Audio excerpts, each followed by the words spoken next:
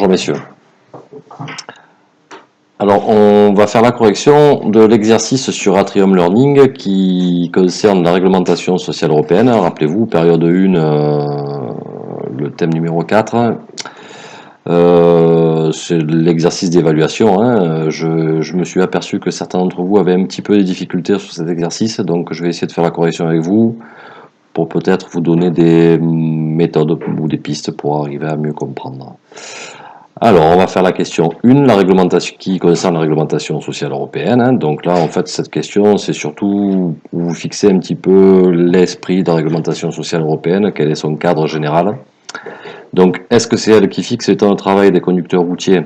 Non, les temps de travail, c'est le code du travail qui le fixe. C'est autre chose, on en a parlé déjà.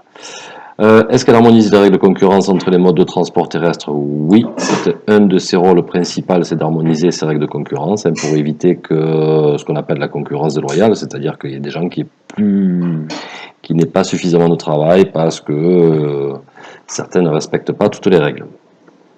Voilà pourquoi il y a une réglementation d'ailleurs.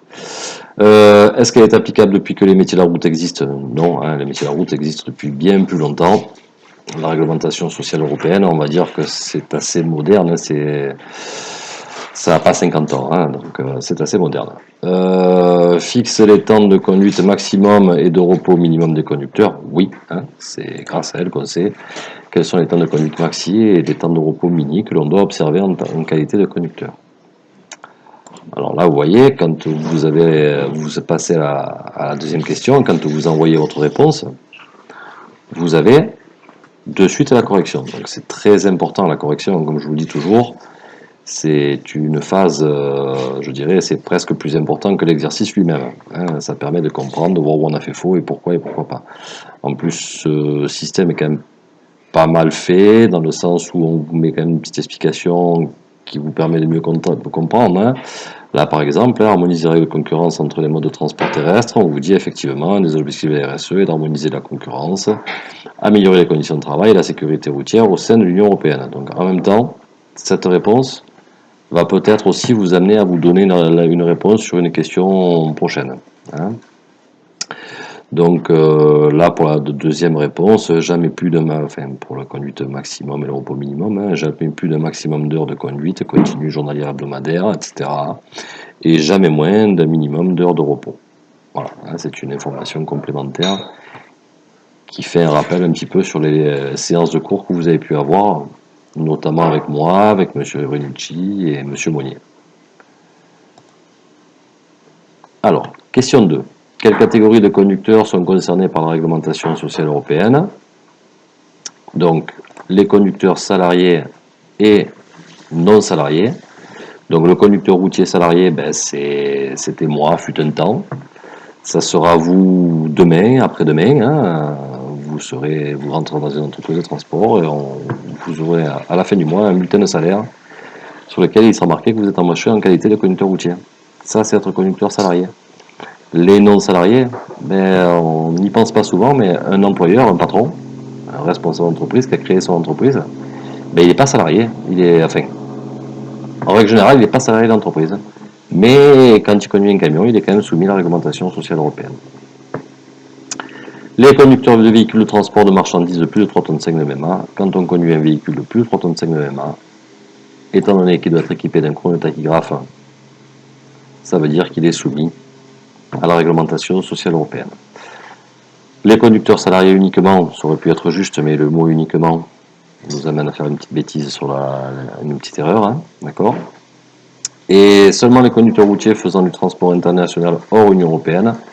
Alors là, déjà, il y a le mot seulement qui nous aurait fait faire une faute, mais en plus, on va voir la correction. Il y a une petite explication qui est assez sympathique. On vous dit, hors Union européenne, il n'y a pas d'obligation de respecter la RSE. Presque tous les pays s'en rapprochent beaucoup, mais c'est une recommandation que de la respecter. Voilà.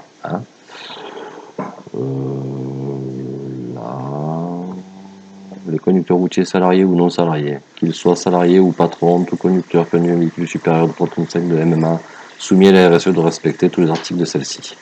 Ça, c'est une règle proprement dite de la réglementation sociale européenne. Question 3. Quelles catégories de véhicules sont concernées par la RSE? Les véhicules de transport de marchandises de plus de 3,5 tonnes à vide et en charge, donc plus ou moins on vient d'en parler, hein, d'accord. Véhicules de transport de marchandises, qu'ils soient vides ou avec de la marchandise, ils sont soumis à la RSE. Les véhicules de transport de voyageurs de plus de 9 places assises, on en a déjà parlé, ils sont soumis à la RSE. Les véhicules dont la vitesse maximale est de 30 km/h, alors ça en général c'est tout ce qui est véhicule agricole. Dans un tracteur agricole, il n'y a pas de chromotachygraphe, ils ne sont pas soumis à la RSE. Et les véhicules de sport, c'est encore un cas particulier, mais voilà, ils ne sont pas soumis à la RSE non plus. Je continue. Parmi ces catégories de véhicules, quelles sont celles, qui ne sont pas soumises à la RSE? Les véhicules de transport de matériel de cirque. Le cirque, c'est un métier un peu particulier. Les véhicules militaires, ce sont des véhicules un peu particuliers. Je les ai cochés les deux en même temps pour faire un petit raccourci. En fait, ce sont des métiers un peu spécifiques qui ont besoin de travailler à des périodes, que ce soit les périodes de vacances, que ce soit les week-ends, que ce soit les jours fériés, etc., etc. Tout ce qui est véhicule militaire, ils doivent pouvoir intervenir à n'importe quand. Et le matériel de cirque, c'est un matériel un peu particulier, notamment quand il y a des animaux, etc. Et puis bon, vous voyez bien, quand il y a des fêtes foraines, etc., c'est installé le week-end, c'est installé... Donc il faut qu'il puisse circuler un petit peu quand tu veux. Par contre, tout ce qui est transport frigorifique, tout ce qui est déménagement de plus de 3,5 tonnes de PTAC, ça, frigorifique, attention, il y a une particularité, c'est quel que soit le PTAC. D'accord? Tous ces véhicules-là sont soumis à la RSE, comme le transport de marchandises général. Hein?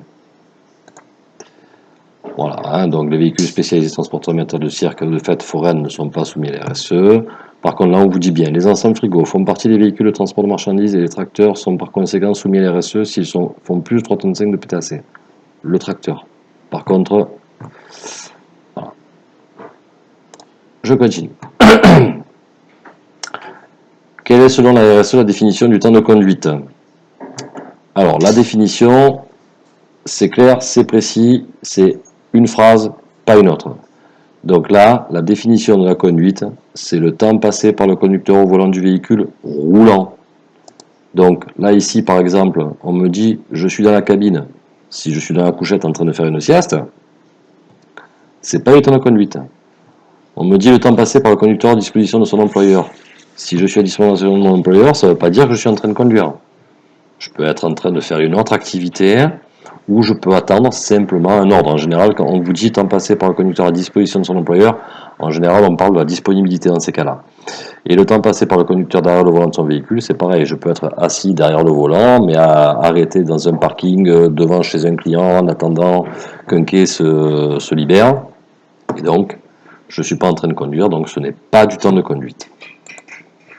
Voilà, hein, c'est la définition exacte qui correspond à la RSE. Il faut être précis parce que pour que les temps qui sont associés à ces définitions soient bien calculés sur la route. Nous continuons. Quelle est selon la RSE la définition d'autres tâches? Pareil, la définition exacte, c'est toute activité professionnelle autre que la conduite, la disponibilité et le repos. D'accord? Voilà. Quand je ne conduis pas, quand je ne suis pas à disposition de mon employeur et quand je ne suis pas en train de me reposer, en général, c'est que je conduis. Donc c'est bien la définition.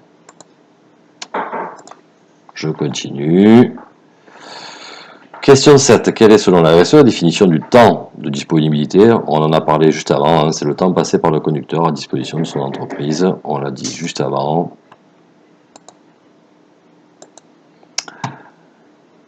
Question 8. Quelle est selon la RSE la définition du temps de repos? Le temps de repos, c'est quand je suis libre de mon temps, que je fais ce que je veux. Donc là, le temps pendant lequel le conducteur est libre de son temps. Voilà. Nous arrivons à la question 9. Je vais devoir m'arrêter. Mes petites vidéos elles ne peuvent pas durer plus de 10 minutes, donc je vais être obligé de la stopper. Ne vous inquiétez pas, je reviens vers vous sur une deuxième vidéo pour faire il n'y a que 15 questions, hein, pour faire de la 9e à la 15e question. Merci, à tout à l'heure.